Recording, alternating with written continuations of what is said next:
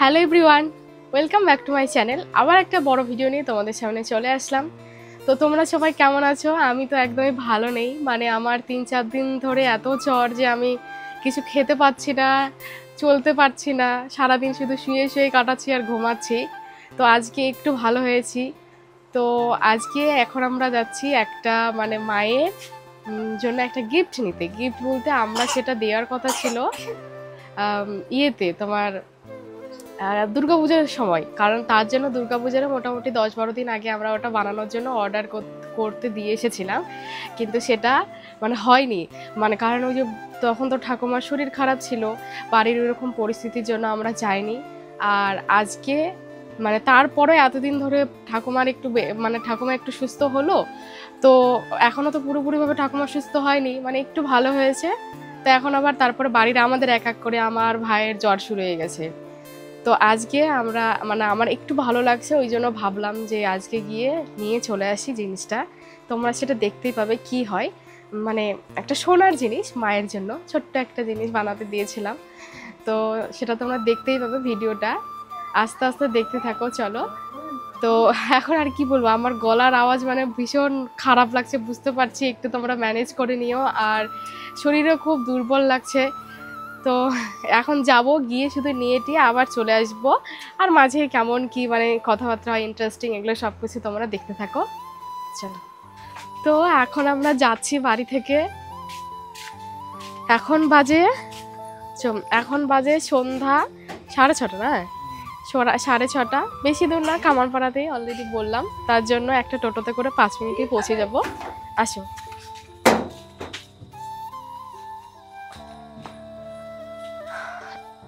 অগত্যা গেল।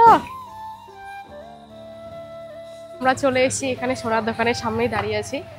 আসার সময় টোটোটায় প্রচুর লোকজন ছিল, জন্য আমরা মানে ফোনটা বেরি করলাম না, আর 2-4 মিনিটের রাস্তা ছিল। তো এখানেও তো প্রচুর লোকজন দেখছি। তো যাই হোক, চলো তোমাদের গিয়ে দেখাবো জিনিসটা। আয়,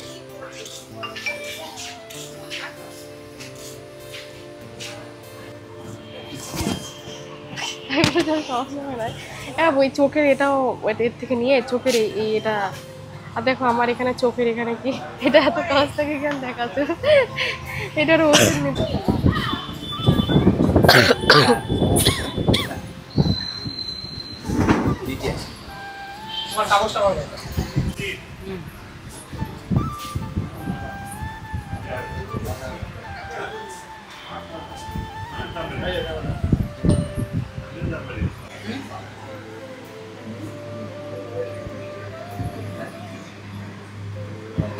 এই ডিজাইনটাই বানাতে দিয়েছিলাম, ভুলে গেছি।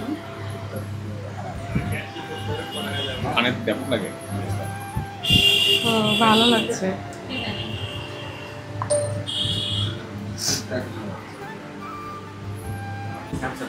দাঁড়া, আমি পরে দিচ্ছি।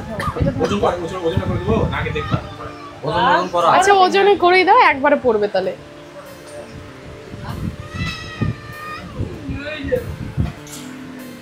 ছোটবেলা থেকে আমার মা আমাকে আমার ভাইকে পড়াশোনা করার জন্য, মানুষের মতো মানুষ তৈরি করার জন্য অনেক অনেক কষ্ট করেছে।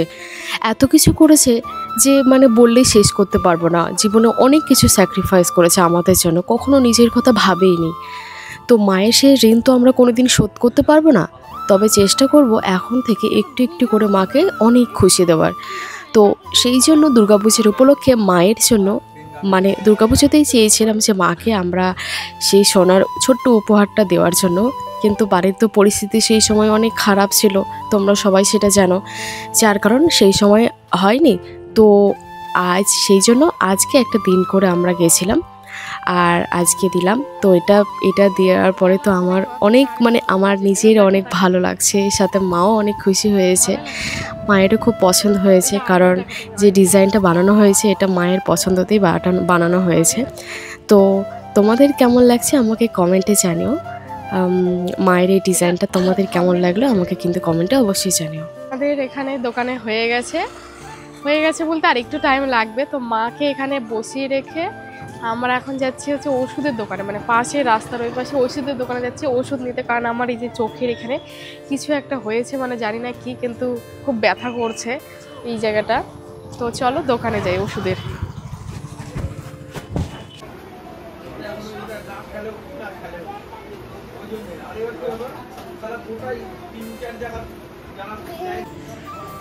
তো এখন এসছি আমরা একটা জুতার দোকানে মায়ের জুতা নিতে। আসলে জুতা ছিঁড়ে গেছে মায়ের, মানে চপ্পল জুতে আর কি। যাও দেখো কেমন নেবো। দেখো মায়ের পায়ের একটু চপ্পল দেখো কত সাইজ, কত লাগে তোমার? 5 লাগবে মনে হয়। দেখো পাটা সরাতো।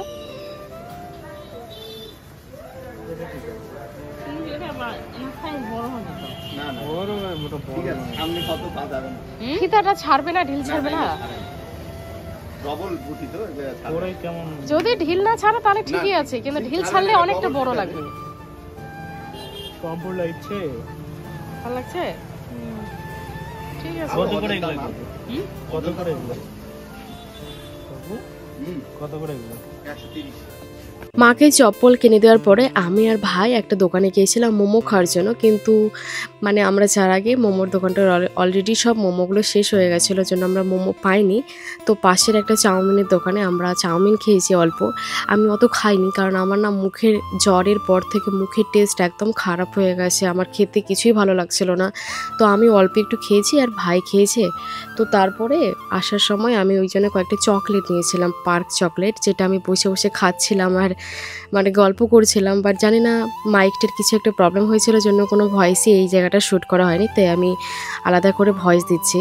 মানে আমরা ওখানে অনেক গল্প করছিলাম, আমি চকলেট খাচ্ছিলাম আর গল্প করছিলাম, কিন্তু ভয়েসগুলো শ্যুটই হয়নি। তো বন্ধুরা এখন বাজে রাত 9টা আর আমরা এখন সোনার দোকান থেকে যাচ্ছি। মানে আমাদের কাজটা অনেক আগেই হয়ে গেছে, কিন্তু ওটা মানে মায়ের সোনাটা, মায়ের কানেরটা নেওয়ার পরও আমাদের আরেকটু কাজ ছিল, তো তার জন্যই আমরা দেরি করলাম। এখন আমরা বাড়ি যাবো, জন্য টোটো পাচ্ছি না, তো বাবা ওইদিকে একটা টোটো নিতে গেল। পুরো রাস্তা ফাঁকা। হ্যাঁ পাইছে হয়তো।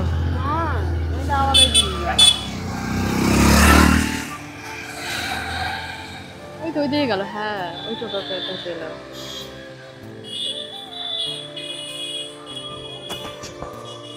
টোটো পেলাম। ভাবছিলাম যদি আমাদের এই রাস্তাটা বুঝি 10 মিনিটের রাস্তা হেঁটে হেঁটে যেতে হয়, তো না, তারপরে বাবা একটা ডেকে ওই দিক থেকে দূর থেকে একটা টোটো ডেকে আনলো। তো এখন যাচ্ছি তাড়াতাড়ি করে, আর 2 মিনিটের মধ্যে পৌঁছে যাবো। প্রচুর ঠান্ডা লাগছে, তো চলো বাড়ি যাই, দেখাচ্ছি তারপর। বাড়ি আসার পর আমি ঠাকুমাকে কানের ডিজাইনগুলো দেখাচ্ছিলাম। ঠাকুমা শুয়েছিল চৌকির উপর, তো আমি তারপরে ঠাকুমাকে নিয়ে গিয়ে দেখালাম। ঠাকুমাকে বলছিলাম যে কেমন হয়েছে বলো, তোমার ভালো লাগছে ডিজাইনগুলো? তো ঠাকুমাও দেখে বললো যে হ্যাঁ ভালো হয়েছে, ভালো লাগছে। তো যাই হোক বন্ধুগণ, আমি ভিডিওটাকে আর বড় করছি না, কারণ শরীরটা আমার দুর্বল, ভালো লাগছে না। অনেক কষ্ট করে ভিডিওটাকে বানালাম। একটু রেস্ট করব, তারপরে ভাত খাবো আবার। তো খাওয়া দাওয়া করে পুরো ঘুমিয়ে যাব। তো ভিডিওটা কেমন লাগলো আমাকে জানিও, আর যদি ভালো লাগে একটা লাইক কমেন্ট সাবস্ক্রাইব অবশ্যই করে দিও। আর আমার কাছ থেকে আমার জ্বরটা এখন ধীরে ধীরে আমার ভাইয়ের কাছে শিফট হয়ে যাচ্ছে। এই যে আমি ভালো হচ্ছি আর ও হচ্ছে ওই স্টেজে যাচ্ছে, যে স্টেজে আমি অলরেডি 2 দিন আগে ছিলাম। ঠিক আছে, টাটা।